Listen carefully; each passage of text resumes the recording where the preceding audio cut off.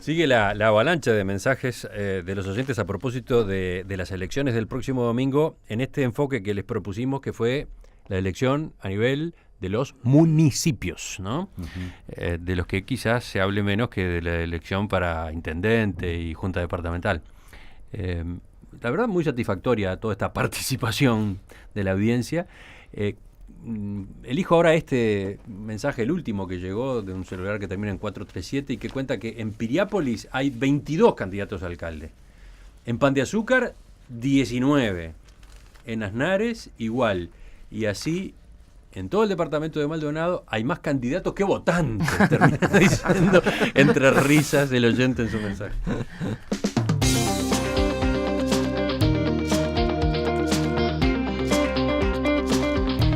Seguimos en la mesa de En Perspectiva de este lunes 4 de mayo. Seguimos con Martín Couto, Fernando Escriña, Ovenir Sartú y como invitado Carlos Loaiza. Este viernes 1 de mayo se llevó a cabo el acto central organizado por el PIT-CNT con motivo del Día de los Trabajadores en la Plaza Mártires de Chicago. El discurso principal estuvo a cargo de Marcelo Abdala, integrante del Secretariado Ejecutivo de la Central, quien insistió en el rechazo del PIT-CNT a la negociación por el TISA. También reclamó que se considere en la discusión parlamentaria la posición de los sindicatos sobre los cambios que el gobierno impulsa en el FONDES y también en el IRPF. En esa locución también hubo un pedido para que se haga un control de precios sobre productos de la canasta básica. Además, se aumente el salario mínimo a 15.000 pesos y se avance hacia el establecimiento de las jornadas laborales de 6 horas, entre otros asuntos. ¿Cómo vieron este 1 de mayo de 2015, el primero durante el gobierno de Tabaré Vázquez? Martín. Bueno, yo creo que fue un discurso razonable, que no entrega determinadas banderas y que hace determinados reclamos y propuestas, pero que tiene un anclaje en la realidad y los pies en la tierra muy importante. A mí me parece que en ese sentido es un acto que muestra un nivel de madurez de la organización, de los movimientos sociales, en particular del movimiento sindical, muy grande y que además en consonancia con el periodo que ha tenido el país de crecimiento no solo económico, sino en materia de regulación laboral, de reducción de las inequidades, de aumento de la tasa de empleo, etcétera, etcétera. Entonces, en ese sentido, me parece que se corresponde esto que vivimos con el momento actual del país, además anotando que hubo representantes de todos los partidos políticos en las primeras filas, senadores, diputados de todos los partidos, por supuesto que los ministros, el vicepresidente de la República. Estoy bastante de acuerdo con muchísimas de las cosas que se plantearon en la proclama. Creo que la cuestión de los precios y la regulación de los precios es muy compleja, porque es siempre muy difícil de aplicar. Sin embargo, sí tenemos que poner la atención en ese sentido. Hubo una investigación de Brecha, del semanario Brecha el año pasado, en donde mostraba la diferencia abismal de precios de productos uruguayos vendidos en el exterior que en Uruguay. Salen muchísimo más caros en Uruguay, a veces con más del 100% más caro. Entonces ahí tenemos un problema y más allá del instrumento que se busque, yo creo que ahí el matiz que tengo es que más que pedir por un instrumento, lo que se debería pedir es por terminar con una especie de especulación muy grande que hay y terminar con esa diferencia de precios en donde no se sabe quién, pero hay alguien que está marcando los precios y que está obteniendo ganancias desmedidas cuando podría no hacerlo vinculado con los precios que hay en el exterior de los mismos productos. Más competencia. Más competencia, dice Carlos. ¿Cómo? Claro, esa es una buena forma precisamente de hacer que los precios bajen. O sea, las circunstancias económicas del Uruguay, la dimensión del mercado lo hace más complejo, pero es más competencia. ¿Cómo vieron los demás el 1 de mayo y sobre todo el tono de las alocuciones, la de Marcelo Abdala, la de Fernando Pereira? Se esperaba, o algunos esperaban en la previa, un acto más combativo, un acto más enfrentado al gobierno. Sin embargo, cuando los entrevistamos temprano ese mismo viernes aquí a Fernando Pereira y a Richard Reed, ellos ya ahí nomás advirtieron que si bien en las primeras semanas del gobierno Vázquez había existido una serie de cortocircuitos, después el diálogo se había ido encauzando y que ellos veían una mayor disposición del nuevo gobierno a intercambiar con el PIT-CNT en particular. Pero además agregaban el dato muy fresco del día anterior de avances en el Fondes, en el proyecto de ley sobre el Fondes, donde había un cortocircuito fuerte que se fue licuando, ¿no? Sí, yo creo que existió un acuerdo previo del oficialismo, de las dirigencias del oficialismo, y me refiero a las dirigencias del Frente Amplio, del gobierno y del PIT-CNT, que en definitiva pertenecen al mismo partido político, para llegar a un 1 de mayo donde no fuese necesario digamos, un discurso combativo y donde se hicieran determinadas concesiones previas, o por lo menos existiesen anuncios básicamente centrados en el Fondes, en morigerar un poco el tema del TISA, es decir, evitar aquellas cosas que podrían, en el otro acto de la explanada municipal, que podrían subrayarse como contraposición. Sí, en el caso del TISA, el gobierno, y Tabaré Vázquez en particular, impulsó en los días previos ese llamado a los ministros que están manejando el tema a que abran información a la sociedad y a las organizaciones vinculadas, ¿no? En cuanto al tema de control de precios, yo creo que el exministro Vergara anunció, Uruguay pasó por diversas experiencias de control de precios, lamentablemente fracasaron. Vemos que en el mundo los gobiernos que han ido al control de precios lo que generan es especulación y escasez.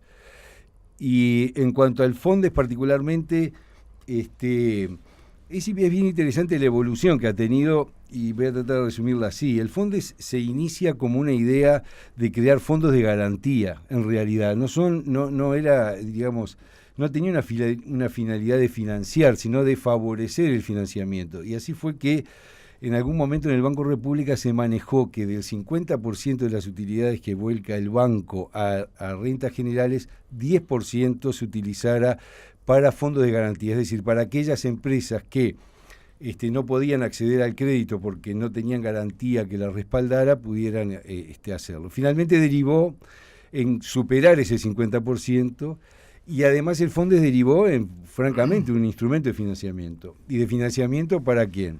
Para aquellas empresas autogestionadas. Es decir, tuvo toda una evolución que derivó en que hoy, de cada 100 pesos que gana el Banco República, no solo vuelque 50, sino que deba volcar 30 más, o sea, el 30% va para el Fondes. Ahora, Fernando está hablando a partir de su experiencia en el directorio del Banco República, ¿no? En aquel momento, yo creo que a todos los directores del Banco República le parecía un exceso que el 80% de las utilidades fuera para el Estado. ¿Por qué? Porque históricamente siempre el Banco de la República, desde su ya larguísimas décadas de creación, siempre sostuvo que el 50% debía ir, sí, por supuesto, a rentas generales, porque rentas generales es su accionista, la sociedad es su accionista, y el otro 50% para capitalizar y fortalecer el banco. En este caso, fue bien interesante la discusión, que si bien fue un poco privada y no pública, determinó que la ley estableciera que solo podía financiarse con el Fondes los proyectos que fueran viables y sustentables. Y es curioso, porque si el proyecto es viable y sustentable, bien podía financiarlo el Banco de la República, ¿verdad? Sin embargo, se trasladó a una nueva estructura para manejar con una sensibilidad que interpretase lo viable y lo sustentable de otro punto de vista. Finalmente allí el PIT-CNT naturalmente lo encaró con un enfoque de autogestión, que tiene sus aspectos positivos naturalmente, también tiene sus aspectos de riesgo, pero que finalmente a mí lo que me llama la atención, que lo que se cuestiona es lo que la propia ley de reforma de la Carta Orgánica del Banco estableció. Es decir, el proyecto tiene que ser viable y sustentable. ¿Quién lo determina? La Oficina de Planeamiento y Presupuesto. ¿En base a qué criterios? Y ahí viene todo el tema, que hay un aspecto social, porque hay empresas que están en el interior que si no hay pueblos enteros que viven de determinadas empresas, y entonces ahí está el Estado, que creo que mide lo viable y sustentable con un criterio no tanto como lo que establece la ley, quizás social, y tiene ese aspecto positivo también. A propósito de cómo viene este tema, hoy el matutino La Diaria informa de cuáles han sido los avances. Dice que en la última reunión para limar asperezas, el jueves 30, la bancada del Frente Amplio, el gobierno y representantes del PIT-CNT acordaron en casi todo, según dijo un legislador oficialista. Uno de los puntos acordados refiere a los fondos disponibles. 50% de las ganancias del Banco República se destinarán a proyectos de autogestión. Esta proporción se acordó sobre la base de que el financiamiento es tan necesario para la pequeña y mediana industria como para la autogestión. Y por tanto es importante aportar recursos en los dos sentidos, contó Lafuente, quien observó que todo el gobierno coincide en que se avance por este camino. Sí, en realidad es el 50% del fondo. Ahí está. Sería Estos son porcentajes del dinero disponible en el Fondes, del dinero que otorga el Fondes. Recuerden que la administración Vázquez vino con esa inquietud, ¿no? Que no fuera solamente destinado a empresas autogestionadas, sino también a otros proyectos de pequeñas y medianas empresas. Otra aclaración es que la carta orgánica del BROW vigente dice que puede aportar para estos fines hasta un 30% de sus utilidades. Es decir, no estamos hablando del 50%, es hasta un 30%, y de esa plata... el 30 se suma al 50, al punto tal... que dice, si ves en los otros artículos de la Carta Orgánica, te vas a dar cuenta que el 11 establece que el 50% va para rentas generales. Y el 40 lo que hace es sumarle 30 puntos, ¿verdad? Que es, francamente, muy complejo. Sí, es hasta, pero todos los que sabemos la historia del Banco de la República, cuando el gobierno dice hasta, es ese porcentaje. Bueno, más consideraciones sobre el acto en sí. Sobre el acto en sí. Yo, sobre todo, consideraciones sobre el discurso.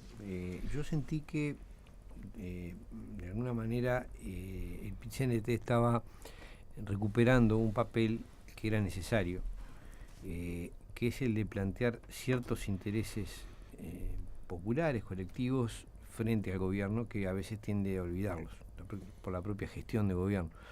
Me parece que el planteo con respecto al TISA, el recuerdo de los niveles de ingresos bajos, de la enorme cantidad de trabajadores que ganan menos de 15.000 pesos, el planteo respecto al Fondes, es decir, el reclamar la existencia real de un banco de fomento, que es algo que ha sido sumamente postergado. Es decir, el Fondes ha funcionado en niveles mínimos, considerando que son 10 años de gobierno, es decir, el estímulo del Estado a la creación de emprendimientos de pequeña escala o comunitarios o cooperativos ha sido muy reducido.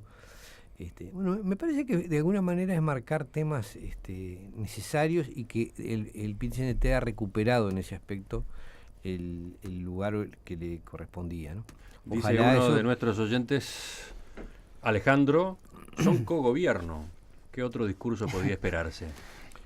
Ese es un punto importante. Pero creo que, al contrario, creo que lo que no se percibe es que en algunos puntos han planteado límites bastante fuertes a la gestión de gobierno. Pero no podemos negar que lo que se esperaba era un poco más, una oposición un poco más férrea. Yo creo que lo que sucedió es, más allá de la autocensura que existe en el movimiento sindical por una razón de afinidad ideológica y por una razón hasta de perspectiva de carrera en el partido de gobierno, o sea, lo veíamos físicamente el otro día, o sea, se están enfrentando a personas que vienen del movimiento sindical y que hoy ocupan cargos de gobierno, o sea, lo ven como pueden verlo perfectamente como una proyección de sus carreras hacia la carrera política, pero además hubo lo que se llama normalmente en el mundo de los negocios un damage control, ¿no? Un control de daños por parte del gobierno. Antes de que hubiera un discurso muy virulento, podría haber sido peor. Se dispararon algunas acciones, se mantuvieron reuniones, se hicieron concesiones, una reunión el día antes por el tema del IRPF, y eso hizo que el discurso fuera moderado, más allá de que, en mi opinión, eso lo quiero destacar porque yo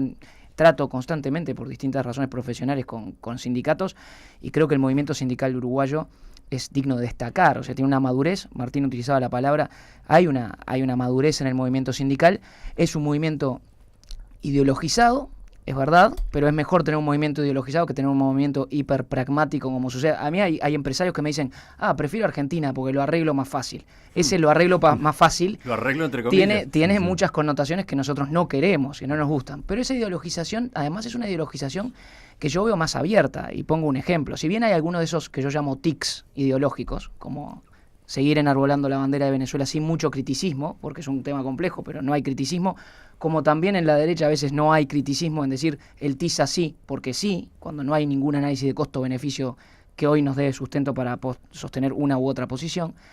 Después hay una muestra de receptividad ideológica, y con esto puedo ser un poco provocador, pero donde el movimiento sindical, y lo vemos en el discurso donde hubo alusiones concretas a la diversidad, a la violencia de género, bueno, donde hunde las raíces ideológicas del movimiento sindical, que es el comunismo, que es el marxismo, que no se ha caracterizado precisamente por por promover la diversidad, ha sido muchas veces misógino, homofóbico. Bueno, estamos viendo una recepción de una izquierda más moderna en el discurso del PIT-CNT, o sea, es algo a celebrar, ¿no? Después hay otras cosas, y nos podemos meter en ellas, Fondes, el tema del gravar las rentas empresariales, a mí me parece que es un error conceptual, lo digo como tributarista importante, porque es altamente distorsivo, las empresas pueden fácilmente trasladarlo, pero esos son detalles. Yo creo que la valoración general es una valoración de un discurso moderado, por buenas y malas razones, ¿no? Lo último, Martín. Sí, 2 apuntes. Es verdad que el movimiento sindical uruguayo, pero también los clubes de fútbol, los partidos políticos, siguen siendo muy misóginos y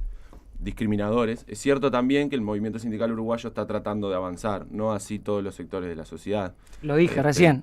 Entonces, no, digo, porque también hablas del marxismo, de la derecha también lo mismo, y tiene que ver con el desarrollo de la sociedad. Y lo último es, se decía, bueno, se esperaba una oposición. Yo no espero un movimiento sindical que sea opositor o oficialista.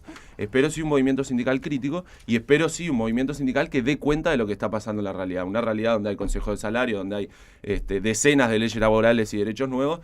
Bueno, yo no espero que ese movimiento sindical se oponga igual a las medidas que toma el gobierno que en gobiernos de donde existía la regulación laboral, donde no existían los consejos de salario, y naturalmente, si dan cuenta de la realidad y no son necios, por supuesto que van a tener una posición distinta a la que tenían cuando habían otros gobiernos.